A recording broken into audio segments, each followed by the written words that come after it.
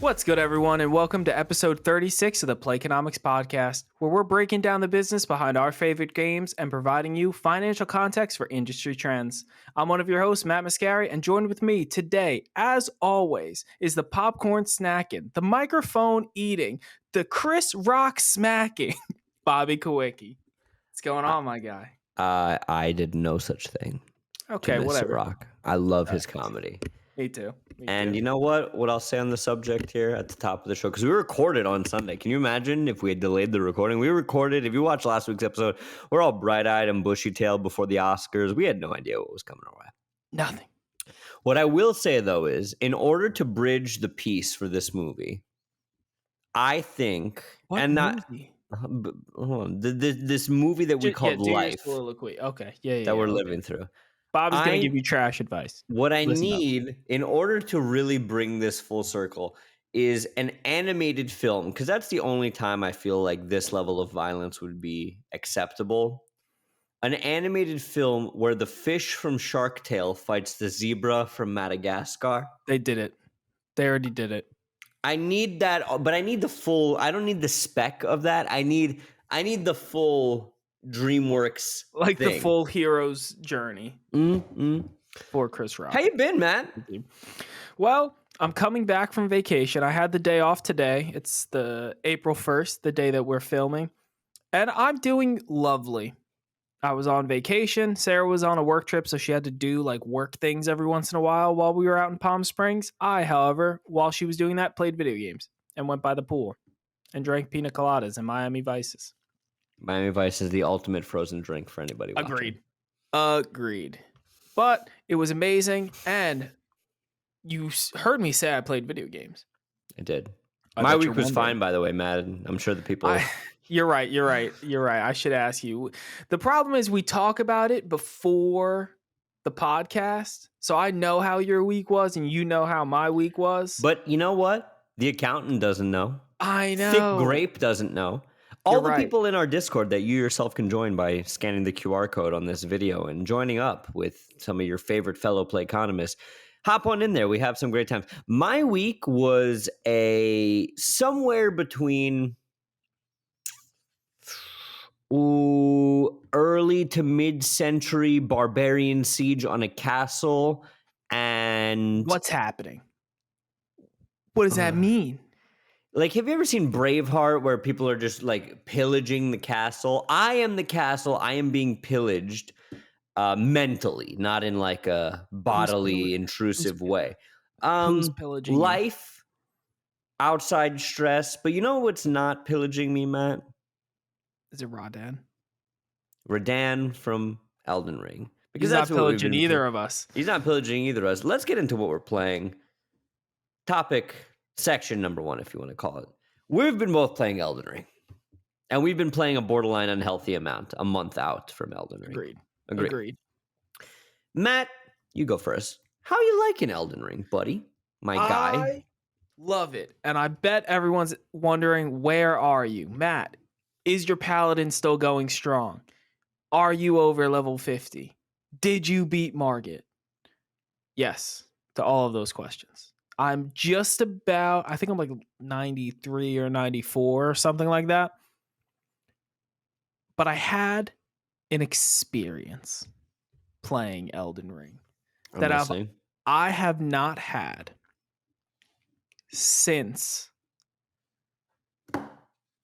I don't even know if there was a time in World of Warcraft where I was actually taken aback by a boss. Because by the time I had played enough of World of Warcraft to like get into raiding, I was like, the online things had become so mainstream, and because it was an online game, you needed to know the fight before you got in there.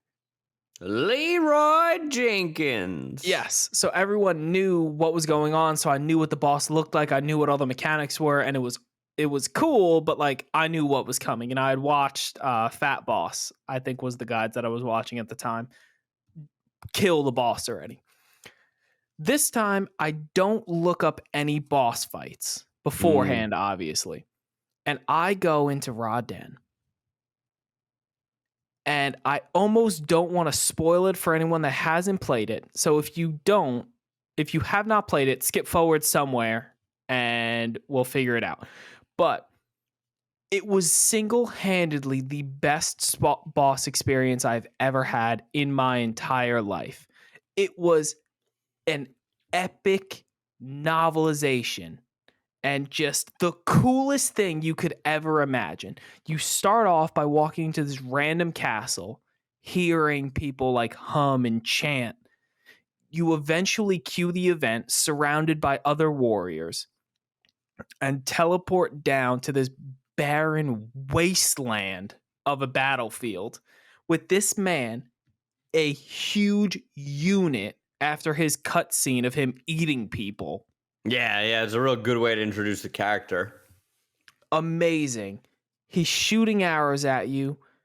You're trying to run at him desperately without getting one-shotted by these arrows. As you get closer, he starts doing different attacks. And then once you get up to him, you get decimated and realize there's something else that needs to be done. And you start noticing the gold things on the floor. And you click them. And it summons allies for you. And they're all characters from in the game. There's Patches. There's the Jar. There's Blade. There's Akron. And the fact that I memorized all of these people shows me how many times you've done this fight. Yeah. Mm-hmm. Yeah. And they're charging into battle with you. And then you get off your horse. You're slapping them around. And you're fighting them. And eventually, it's like a village thing when he goes down. Because everyone is surrounding you. You're wailing on this man. And then he goes down. And you're just alone in this barren desert. A champion. And, well, Blade is right there, too. Yeah. And you're like, just a champion. Yeah, now. Blade's like, hey, man, my cell's not getting cell reception. Uber's not answering. Can I hitch a ride with you? And you're like, yeah, Blade. And you just hit the return to the beginning of the dungeon thing. But it was the coolest thing I've ever experienced. It did make me change my character around. Because I realized that going for the like block counter build was only going to work for so long before I needed to like learn how to play the game besides that. So now I do still have a shield. I have the Godslayer Greatsword, but I now use the Godslayer seal and all black flame magic along with my sword and shield. So most of the time, sword and shielding. And then if it's a boss where like it's just not worth it for me to get to or to like go up and smack them around, your boy's yeeting fireballs at people. I love it. I mean, as the thick lantern that I am, Radan was peanuts, right? I kept my distance on my horse, ran circles around him, casted Rock Sling, and the battle was over in like 10 seconds. What I will say, though, is top 3 favorite Soulsborne bosses ever. And so good. Well, you haven't played Bloodborne. That's fair. But and don't spoil it for me because I haven't played, but I've also not been, because it was a like PlayStation exclusive, I've been zero near Bloodborne. I think you do. Based on the things you like about Elden Ring, I think Bloodborne would get its hooks in you in a way you have no earthly idea. But Elden Ring is so good. I have my Black Flame freaking Knight. Did you get past the Academy yet? Oh yeah. Okay. Yeah. Which I had a new experience with ways to fight a boss. I had my brother hop in and help me. For the wolf or for Renala? Both. He was just like, we were both playing at the same time and he was stuck on something. So he's like, do you want to just fuck around in your game? And I was like, I mean, you could just come help me fight these bosses. I had attempted the wolf like once or twice. So I didn't even like get into actually fighting them. And we downed it pretty quick. I think it was like one or two try, or it was definitely a one shot with the wolf and then 2 tries on Renala, No. just because it's bugged when you do it with 2 people. Yeah, I feel like, again, Renala, for those of you at home keeping score, Renala, the boss fight is just Rom the vacuous spider. And the wolf is basically Sif from Dark Souls. I digress. Radan's awesome. I'm deep into the game. I'm lost. I've beaten Radan. I'm in Nokron. I'm lost in the capital. I've hit that like Soulsborne thing where it's like there's almost so much to do that I don't know where to go, and everywhere I go is kind of a dead end, or like there's nothing there, or just like an inconsequential boss. Like I'm at the point with Elden Ring, not that I want it to be over, where I'm like, I want this run to be over so that I can understand what I did right, what I did wrong, and jump back in. And I feel like, you know what I mean? Does that make sense? Yeah. The problem is because you're a Nokrom, I don't think that's to do with the main story. Nothing to do with the main story from what I've read. Yeah. Yeah. I have to go through the capital. I just don't know where or how to accomplish such a Herculean task. Yeah, I was told that you need to go to the Atlas Plateau. And from there I did that. I'm in the capital, did all of that. Oh, but I'm stuck in the capital. Did you refight any of the old bosses? I did not. So clearly there's something I'm missing. Yeah, you're missing something because you fight 3 of them in like rapid succession. But real quick, as we move into our first mini topic here, Matt, unless you've been playing more, because there's something. No. By all means. Yeah. I have to. Yes. Okay. I talked so much trash about. I didn't actually talk trash about this game, but I was very excited about it. And then Elden Ring came out, and it was so much better. And there was no way I was gonna play triangle strategy. Can't do it. But then I was on a plane for 12 hours over the last week. And do you know what you can't do on a plane? Play your Elden Xbox. Ring. Do you know what you can do on a plane? Play your Switch. And I played 12 hours of triangle strategy. Had Elden Ring not come out, I would be binge playing this game. Really? So good. It's very slow. There's a lot of like listening to the way story develops, interacting with characters. There's a whole persuasion step into the game where you have your team of 7 and you guys decide which path to take. So at one of the crossroads I was at, we had the prince with us of a fallen kingdom. We had to decide whether to give him to the people that just ransacked his kingdom, who we like report to. We're like a minor house for. Do we give him up to protect our kingdom and hope they don't come for us? Or he is the rightful heir to the throne that just got taken. Do we protect him and try to put him back on the throne? And based on information that you gathered during like exploration parts of the game, you are able to shape people's opinions and convince them to go with whatever way you would like. And that's how the story divulges. Is it a full $60 game? No. Or is it? No. How much? No shot. I would pay 40 max, but if you could get it. No, not what you would pay. What is it retailing at? Oh, yes. Yeah, it's 60. It's full pop. Okay. Yeah. Yeah. If it was less, I would highly recommend it. If you're not into this type of game, I don't think it's worth it to buy full price. And because it's a Square Enix game, I think Nintendo will eventually drop it down to like regular pricing. It's not a Nintendo first party game. Yeah. If you can scoop this for between $30 and $40, insane discount, like insane value. $60, it's worth it to me because I like the genre and I like the games. Mm-hmm. I don't think it would be worth it. I think I see a lot of people picking this up, and before they even get out of the intro phase, they're wishing they didn't buy it. Now, It's interesting. We're talking about Nintendo dropping the prices, but you know what Nintendo's dropping the ball on? And I forgot to put this in the document, so I'm dropping this on you. A little mini Hit me. topic here.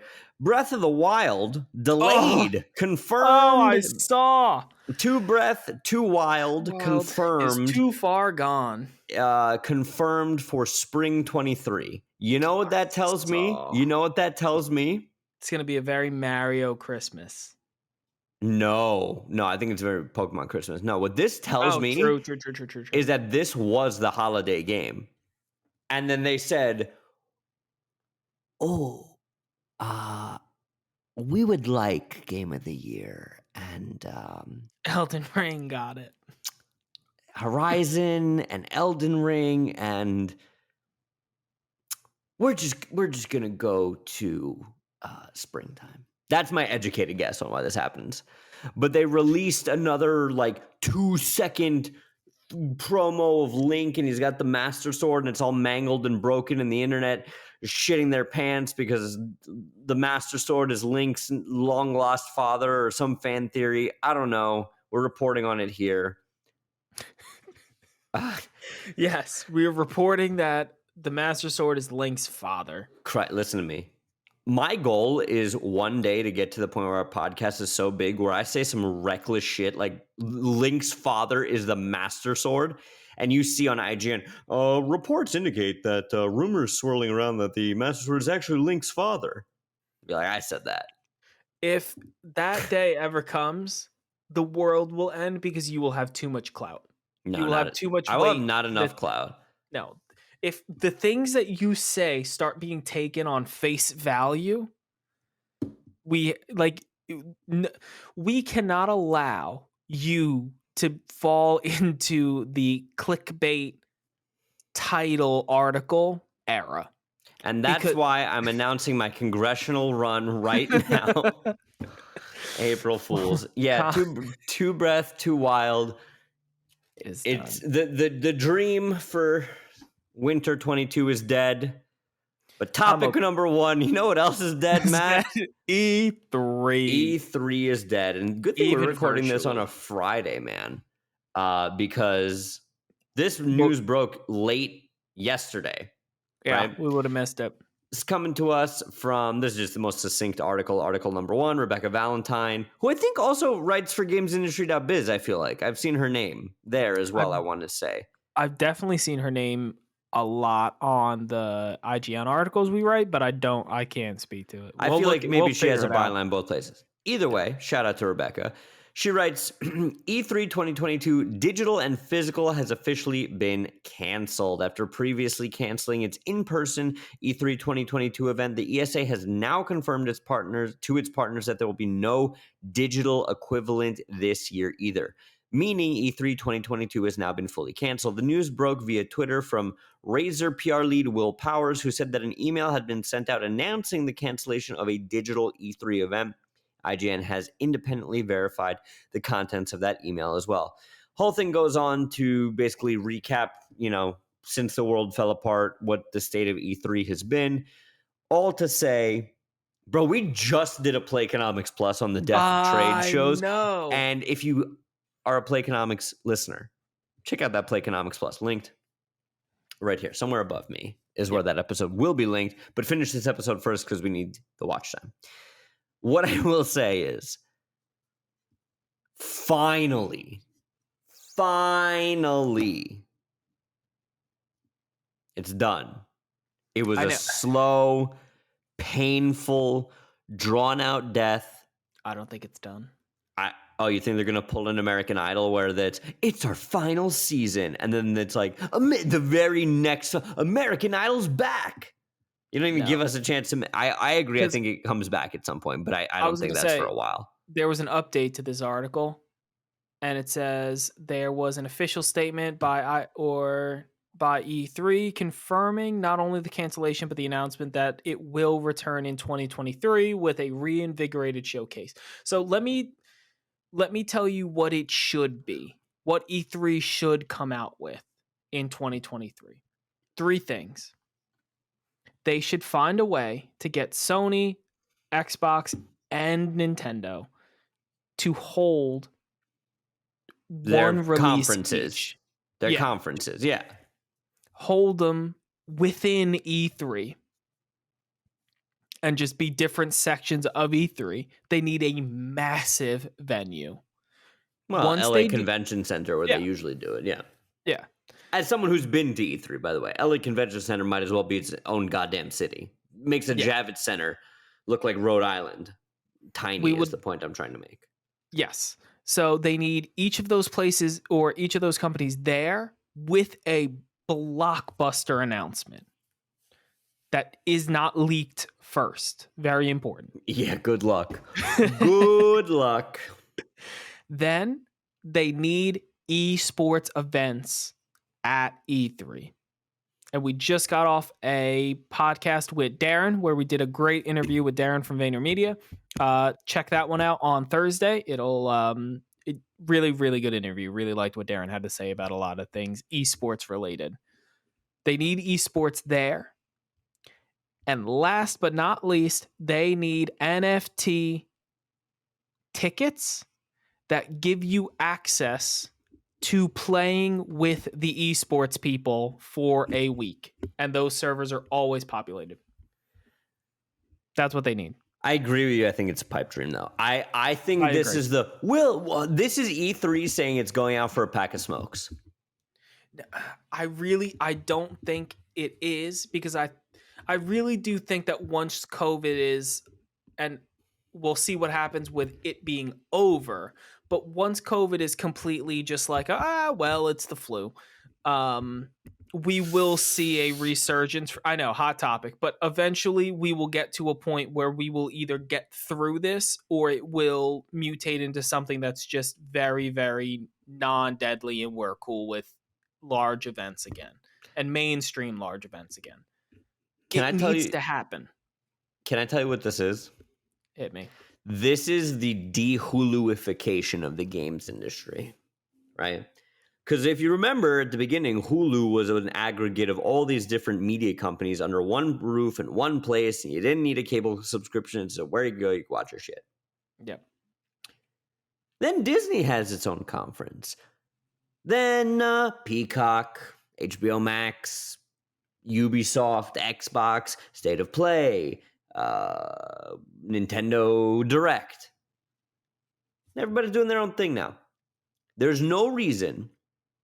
Like, let me tell you something. As a PlayStation player, I don't give a shit about somebody coming on stage and being like, this was the best year in PlayStation history, and we did it because of you.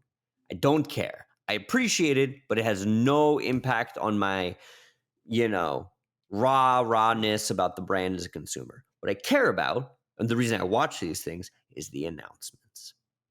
So you give me, like Sony's been giving me, like when they announced the PS5, a tight 25-minute trailer, release date, trailer, gameplay, release date, trailer, stinger, close, I'm all in.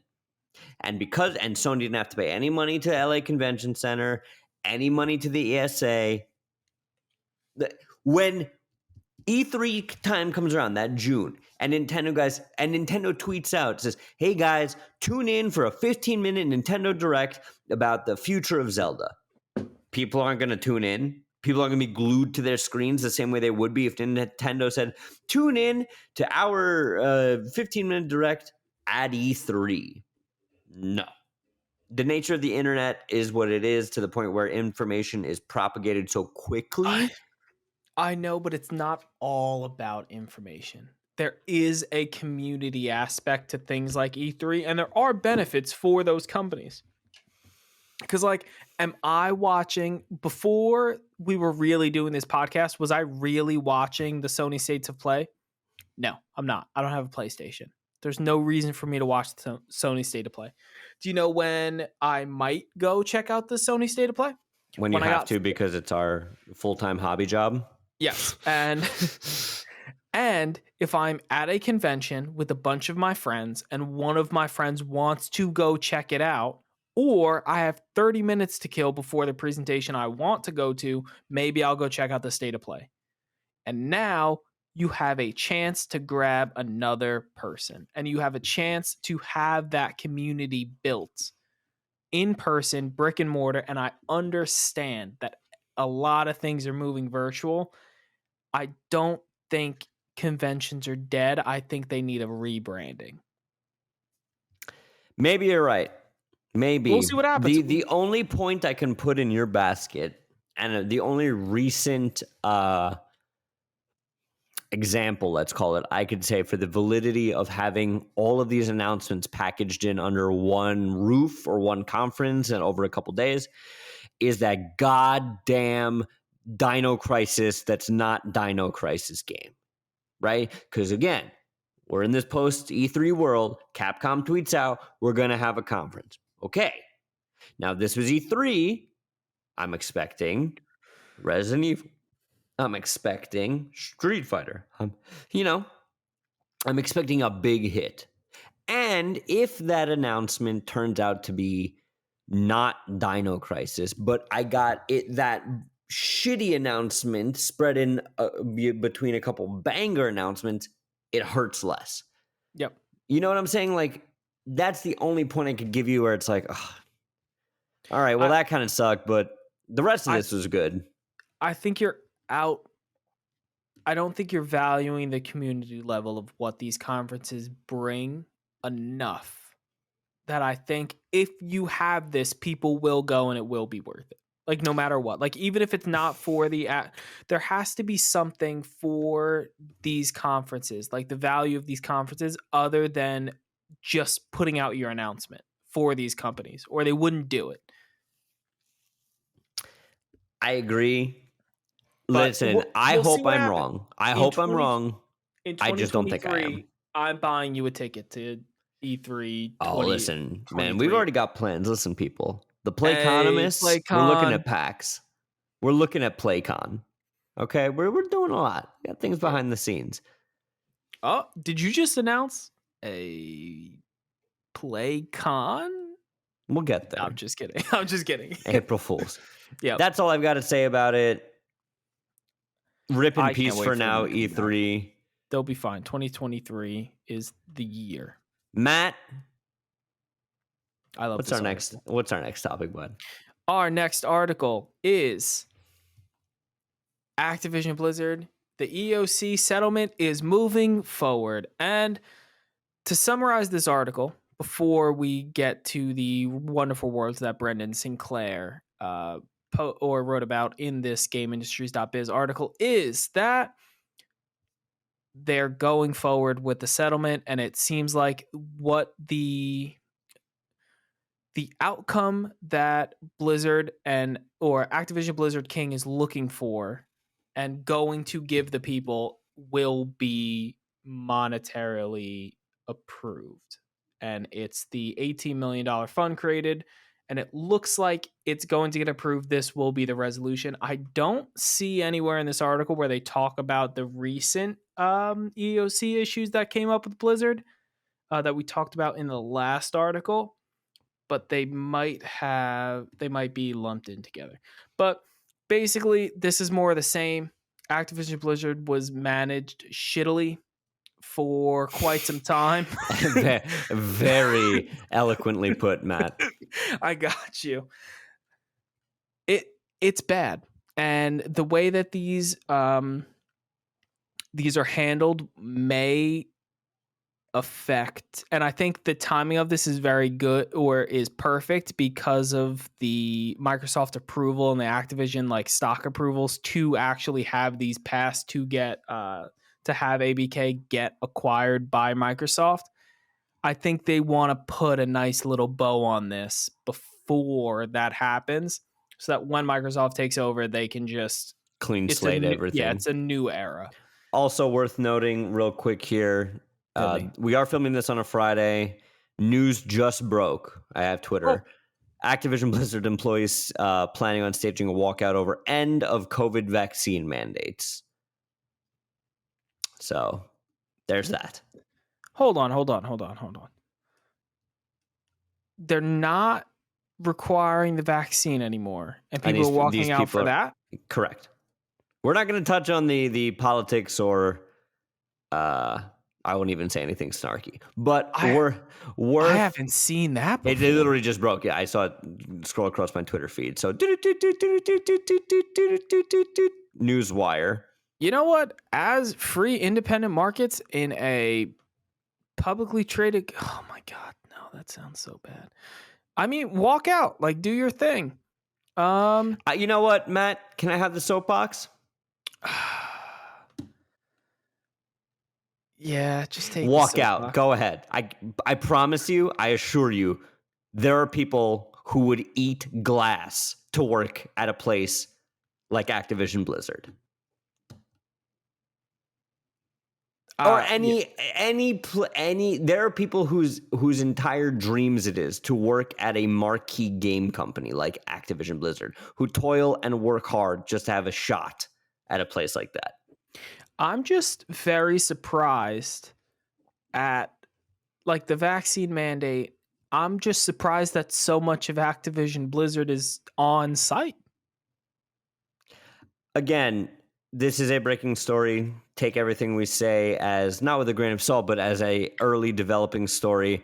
Yeah. I wouldn't be surprised if in the next couple of days we hear that this is a very small, vocal, slacktivist sect within the company.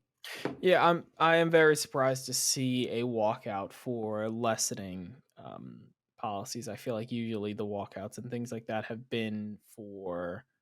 Actually, no, I don't know. We don't want to get too much into the weeds with COVID-19. Do whatever makes you feel comfortable and try to be considerate of everyone else's wishes if you can and if you would like to. However, our second topic or third topic, technically, and I'll let you tee it off because this means more to you than it does to me. It actually means very little to me because of the zero substance that this announcement came with. Yeah. PlayStation did it, bud. They did it. We're here. God damn it. PlayStation Plus. It's just called PlayStation Plus. The Game Pass competitor, the revamping of PlayStation Plus is official. We know the details. And let me break it down to you, folks. From PlayStation blog directly, Jim Ryan, president and CEO.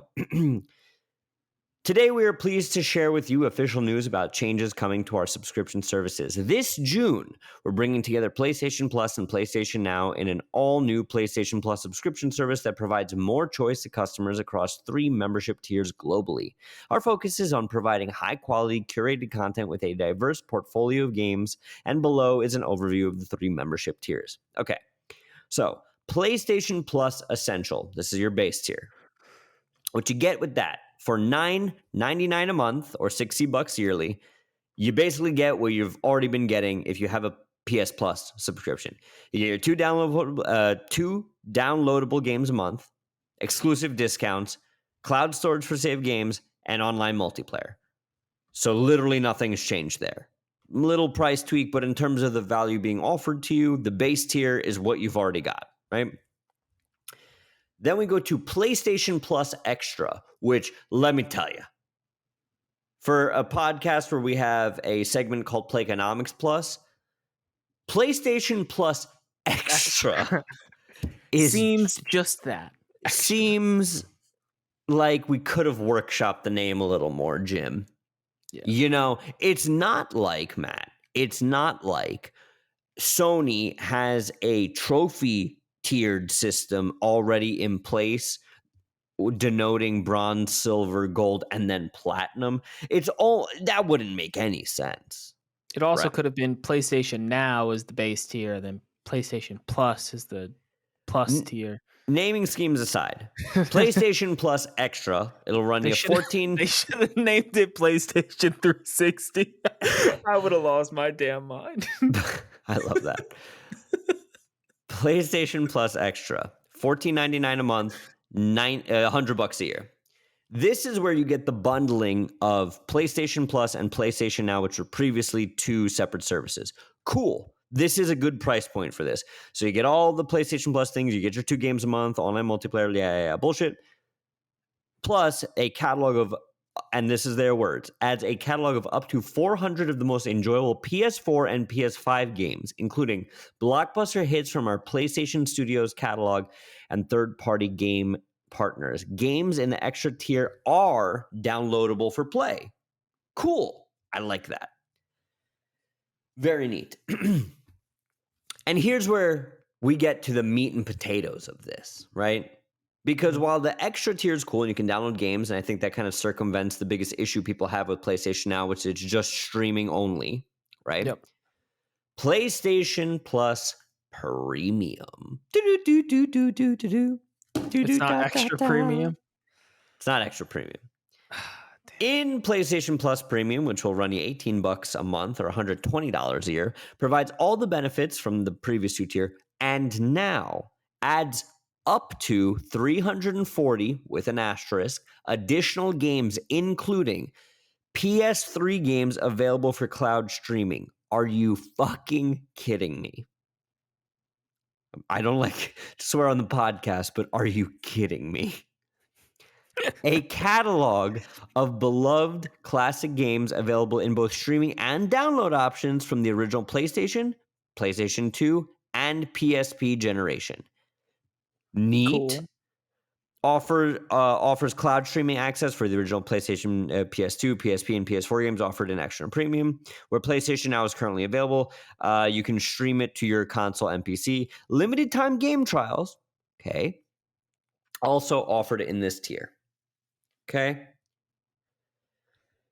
I get it.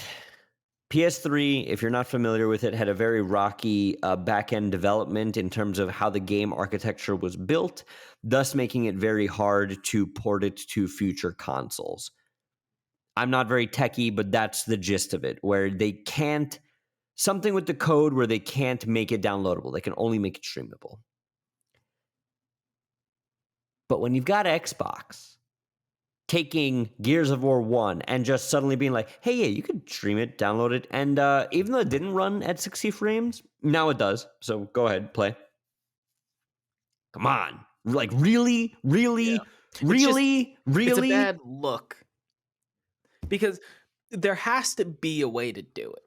Oh, there's I'm at this point, I'm almost convinced there isn't, because I feel like if they were going to do, there's no financial reason or business reason not to. If they would have to completely remake the game, I would say it's financially not worth it. Correct. Fair play. So, on PlayStation Now, some of the PS3 games that are there, cool. I've got my Infamouses that I can't play on PS4. I've got some of the Resistance stuff I can play on PS4. Like PS3, like I'm nostalgic for PS3, but anything I'd really want to play on PS3, I can play on PS4 and thus PS5, right? Like, Yeah. There's really only a couple games from the PS3 generation that sometimes I'm like, damn, I wish I could go back and play, and I just physically can't. Like, I can't play Red Dead 1, right? I can't play Max Payne 3. I've been talking about that a lot. I've been thinking a lot about Max Payne 3. Love Max Payne 3. But like Uncharted, I've gotten so many up-resed Uncharteds that it's like cool, right? But like the Resistance 1 and 2, Resistance Fall of Man, Resistance 1 and 2, great games. Can't play them. Infamous, now I can. But they're streaming, whatever. PS1, PS2, and PSP. I'm okay with this. I like this. Now, you will have to go back a couple episodes to quote me. I talk so much, I genuinely forget what I spew sometimes in terms of commentary. But I believe I said that I said a price point, and I will go back and listen. You'll recall when I said it would have to be worth this plus the full, right? So 340 games divided by 4 consoles, that's 85 games a console, if you're doing it perfectly. Yeah. Now, it won't be done perfectly because there sure as shit is not 85 PSP games Agreed. that everybody's going to want to play. Yeah. I think it's going to be a lot of PS2. Yeah, I agree. I think this is going to be way skewed towards PS2. And I think PS1 is going to be that nostalgia goggles thing that Nintendo experienced with the N64 ports, where it's like, oh boy, I want to play Ocarina of Time. And then you play Ocarina of Time and you're like, this doesn't feel good. Like, go back and play Metal Gear Solid 1. Go back and play Resident Evil 2, the original Resident Evil 2. Go back and play Dino. Oh my God. Go back and play Dino Crisis, because the only way you're going to play Dino Crisis. Because they made Robo Slayer, whatever. Here's what I'll say on this. Beautiful. I think this is a tawdry competitor to Game Pass, especially since they also implicitly say later on in this article that day and date big blockbuster games will not be releasing on the service. And with that in mind, I have a quote from Jim Ryan in our next article. That you can pull it up, Matt. You can. I'm about to. You can shit on the train tracks of my train of thought. Go ahead. Big Sorry. old dump on the tracks. I probably should have pulled it up first. I thought it was going to be front and center in this. Now we're just killing time. We are just continue your thought. Spinning our wheels. No, the train stopped. No. Okay, fine, whatever. Basically, he says that he's in a virtuous relationship with all of their like outside developers and internal developers, where they like having the day one releases and having them cost $60. And I would like to quote Benji Sales really quickly. Another person we would love to have on the podcast. Benji, if you're listening, please come through. We'd love to talk to you. But it was that. So basically what Jim Ryan is saying is that he wants them to be day one exclusives to PlayStation, and he wants you to pay for them. Because Game Pass is not a sustainable and profitable business model. Really? So the fact that people that have Game Pass spend 50% more than what a normal person plays on Xbox? Or is it because that games get played 3.5 times as much as they were expected if they would have just launched than if they launched for free on Game Pass? Listen, and then that as somebody who works in the creative field, all of that is good and well, but it's not good and well for the devs. Because the devs got their flat fee up front, and unless that game is an Among Us, a Rocket League, what the hell was that game that was all over the internet a couple years ago? It was like the Bean People, and they were playing like those like Fall Guy. Unless you're one of those and you get this meteoric success from your game and immediately you can be like, shit, sequel, let's go. People playing your game a lot once you've received your flat fee from Microsoft does zero for you. The reason Microsoft releases those metrics is because they're vanity metrics. And while it keeps people in the Xbox ecosystem and it's good for Game Pass, the reason all these devs are telling Jim Ryan, no, we'll take our chances. We want to sell our game for $60 so that everybody who plays, if we want to put it on sale, we'll put it on sale. But your ticket to entry is $60. That is the hidden message here, my good best friend, partner. I get that. I just don't agree with that mentality. I think it is better to have more people play your game than get the people that are going to play your game anyway, play it for $60.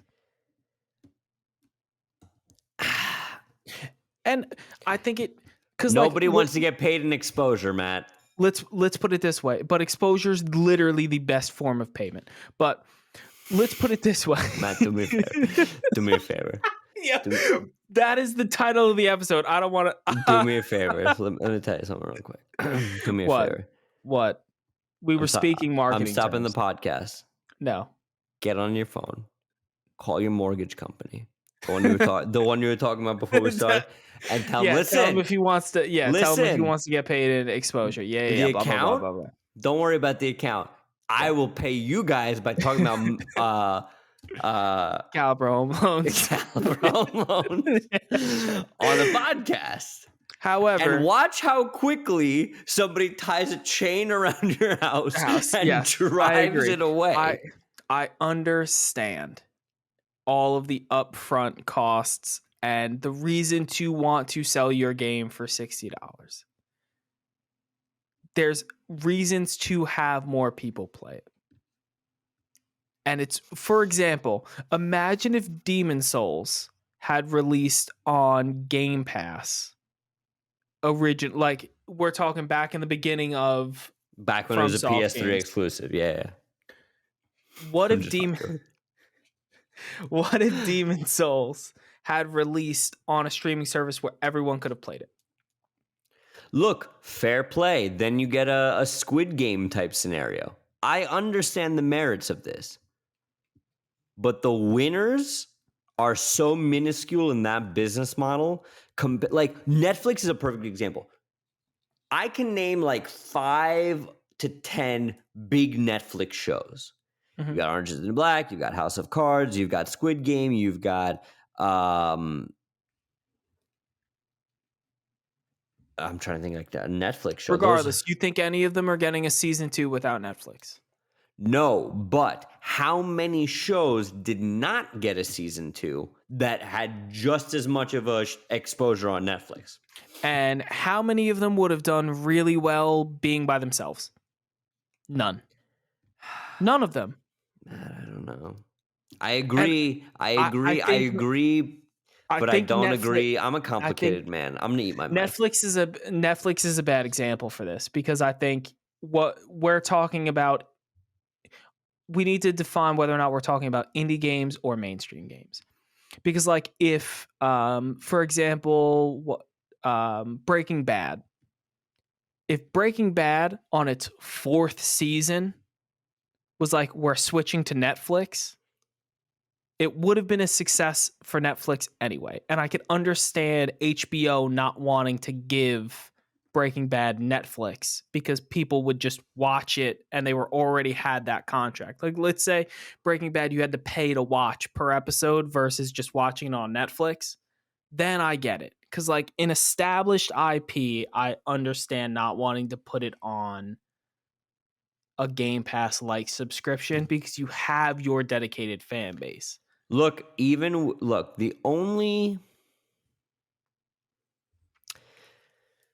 best recent example I can say of this, I can point to like directly and say that is that Final Fantasy Origins Stranger of Fate, whatever that game is, that game that came out. That's a Final Fantasy game. That's a Final Fantasy prequel, and it did not great.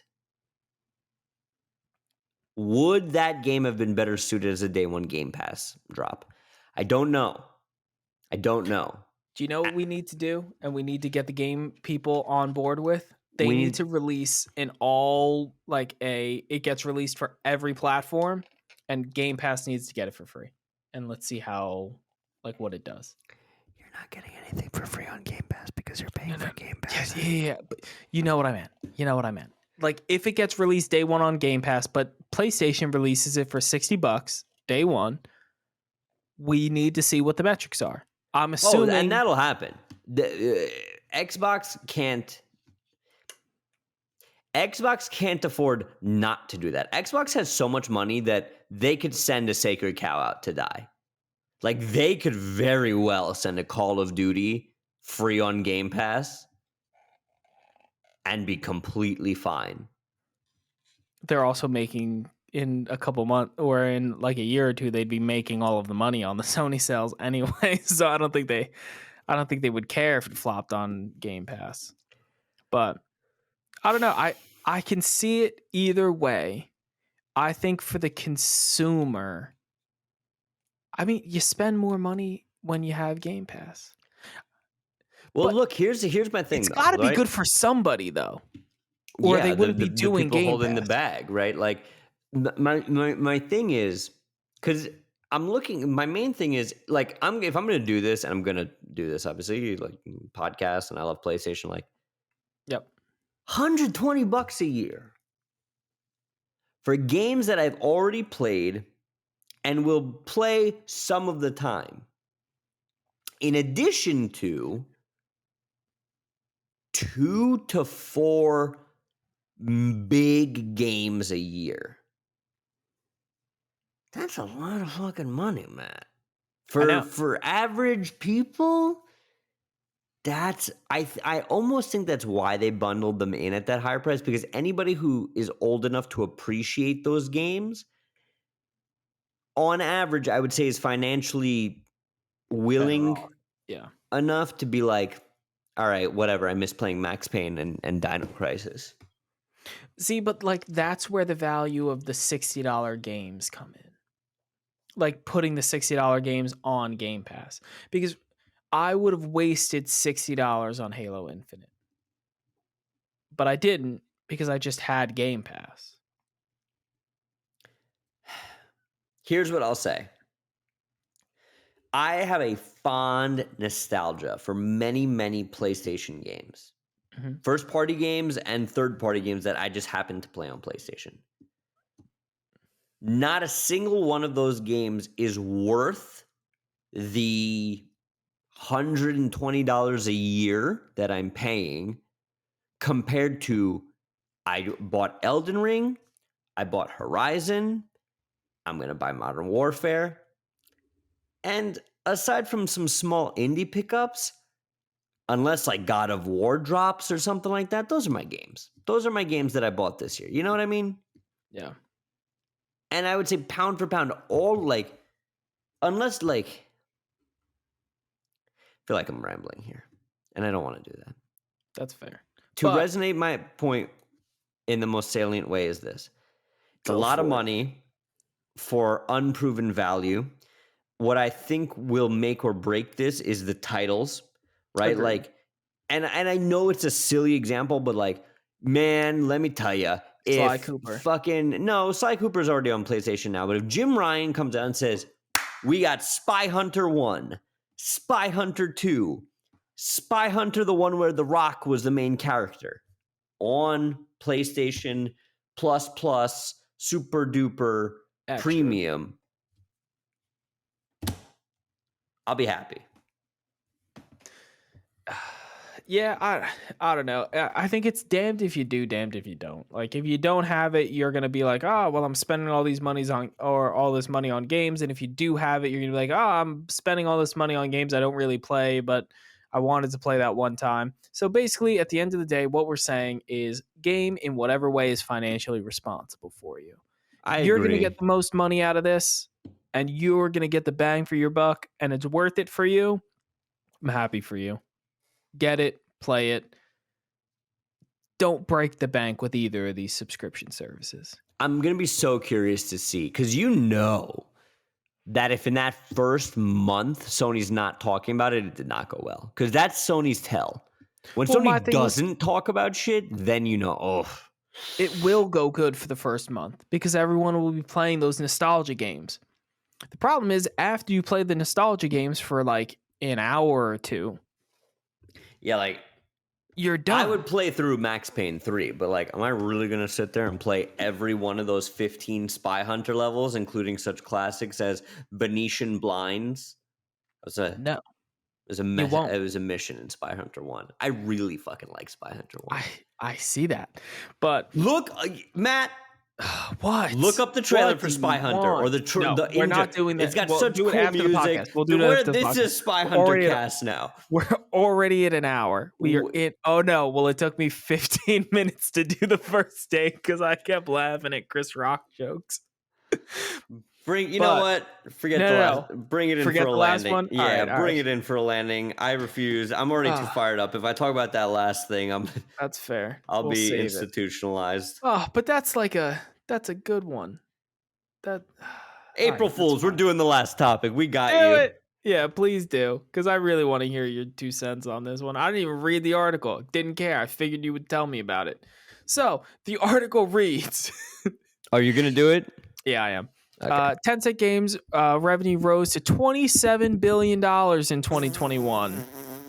Reported by editor-in-chief James Batchelor, which, wow, solid name, my guy. From GamesIndustry.business. Yes, love to see it. So, at a glance, also to all media companies, I've only noticed this from GameIndustry.biz articles. Put an at a glance at the top of your article. Will I read the rest of the article? Probably not, but this is really good, succinct information. You like to see it. I really do. I really appreciate this feature of GameIndustries.biz. Full year games revenue up to $27 billion, accounting for 31% of the $879 billion in total revenue. Jesus Christ.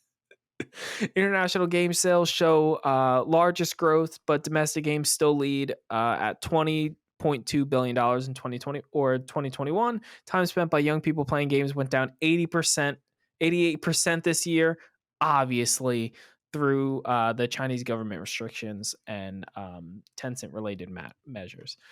The fact that they were able to somehow still do a $20 billion domestic, do you think that's before this was implemented? I forget when that actually was put into place. Back in, I want to say like early fall was when they started placing restrictions on the Chinese market.